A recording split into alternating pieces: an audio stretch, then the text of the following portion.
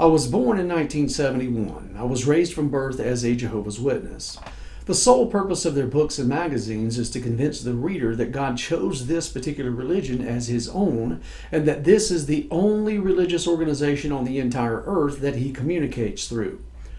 We were discouraged from reading the Bible independently of their books and magazines because we could never understand its message without their interpretation first. At least that's what they taught us. Since they claim to be His chosen organization on earth, it means that all religions outside of the Jehovah's Witnesses, even those confessing Christ as Savior, are collectively under the control of Satan himself. They taught me this from birth.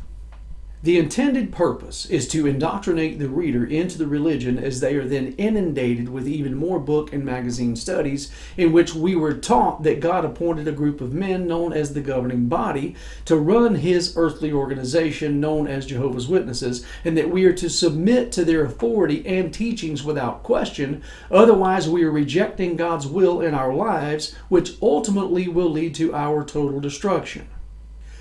When I was 10 years old, I had a dream that in the latter days, instead of leading people to become Jehovah's Witnesses, I would be leading them to Jesus. Salvation through Jesus was never emphasized to me as a child, therefore the dream made absolutely no sense to me, until now.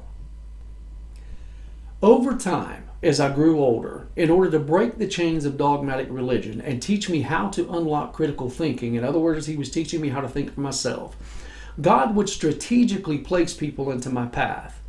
Each would plant seeds into my mind that eventually led me to question the great majority concerning the Bible that I had been taught from birth.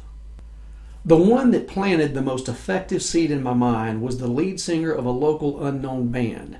I had no idea these people were Christians. They were not even the band that I was there to see. The lead singer stopped in the middle of his set and began sharing about his faith in Jesus. This man and his band is now, 25 years later, one of the most famous and successful musical artists in Christian entertainment. On my channel, I have a series of 10 videos titled My Testimony Parts 1 through 10.